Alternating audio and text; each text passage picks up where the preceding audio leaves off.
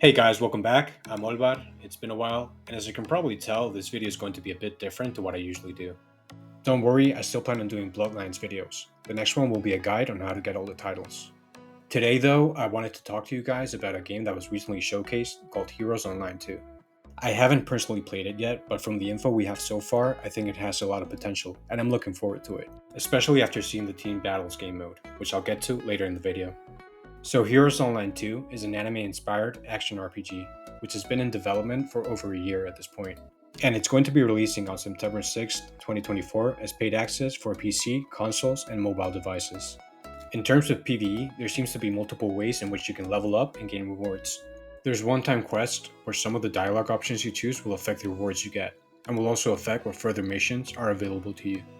There's also going to be quests where you're given a random task to complete, like escort missions, fetch quest, time to rescue missions, controlling the neighborhood with a hero or a villain, and more. You'll also have to play with a group of friends if you want to finish a raid. These missions take a bit longer to complete than the rest, sometimes around 10 minutes. While this game doesn't have permadeath mechanics, PvP does seem to be a huge part of the gameplay loop. For example, there's events that start every 5 minutes in the main map. Some of these events require you to capture a point and defend it from players of an opposing faction. This kind of objective-based PvP is something I always feel Bloodlines and a lot of other games, to be honest, are lacking. For me personally, fighting other players is always going to be more fun if there's a reason why I have to, instead of just fighting other players because there's simply nothing else to do endgame. If you prefer the PvE global events in Bloodlines though, HO2 also has that. There's events where you have to fight boss NPCs as well. What I'm trying to get at is, if there isn't a PvP endgame loop, most PvP players are just going to quit after a while. And the PvP players that do stick around are just going to cannibalize the rest of the player base. Thankfully, Heroes Online 2 does seem to have a structured PvP game mode. It's called Team Battles. It expands on the PvP event idea. Instead of having to capture a single point though, you have to capture multiple of them. Holding one of these points will slowly increase your score. The first team to get to 500 wins. You'll have to think of what powers the rest of your team has, and actually come up with a strategy and work together. Even a simple strategy like sending the player with the highest mobility to the closest capture point, while the rest of the 5-player team tries to capture the middle of the map, could change the course of the match. If you're a player who isn't that good with combos, or your quirk isn't that strong in a 1v1 fight, or you simply don't have a good reaction time, you'll be able to compensate and help your team with good spatial awareness and communication. Also, looking at the map, you can tell there was a good amount of love and thought put into it. And I don't mean simply because it looks pretty good, I mean that, at first glance, it looks like there were some good game design choices made.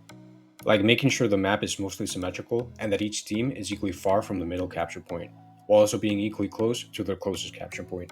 Or like adding power-ups that increase your mobility and damage resistance, so the game mode isn't too build dependent. Speaking of the map design, this Team Battles arena was made by Chef, who is one of the main devs for this game.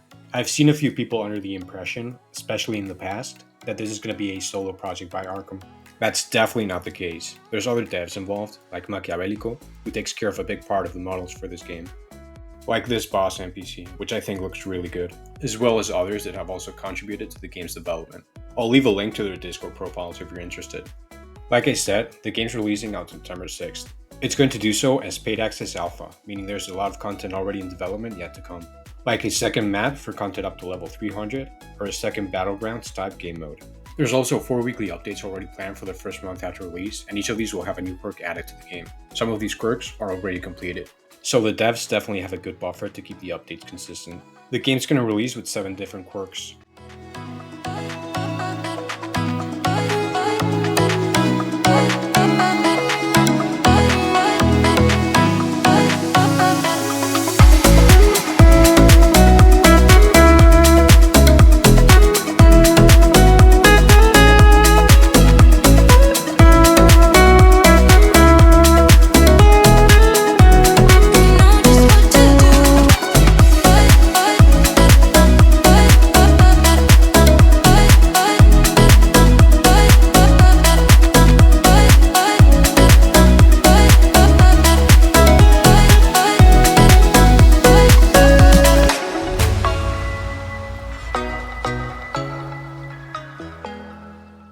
So by October, there will be 11 different quirks in the game, and definitely more to come later on. You get these quirks through a spin system, and you can increase the rates using different modifiers. So even if the rates for some of these quirks seem low, trust me, it's not that bad. If you combine modifiers, you can increase the rates of a quirk like One For You from 0.2% to 13%. And even though you can purchase these with Robux and speed things up, you really don't have to, since you can obtain spins and modifiers easily, just simply by playing the game. The price tag for alpha testing is going to be 400 Robux. And as you can probably tell, I'm personally going to pick it up. I think it's going to be worth it just to play the game early and not miss out on a lot of codes and battle passes. I've seen other games charge $30 for alpha testing and they don't have nearly as much content as this game already has. Or they have lower price tags, but then you have basically mandatory in-game purchases, which make you end up spending much more. So yeah, if you're interested, I'm going to leave a link to the game's Discord down below. If you can't afford the 400 Robux or you're not personally interested, make sure to stick around for the game's free release, which should be sometime in 2025. Also, big thanks to Arkham for letting me use the footage from his showcase. I'll leave a link to his YouTube channel in case you want to learn more about the game.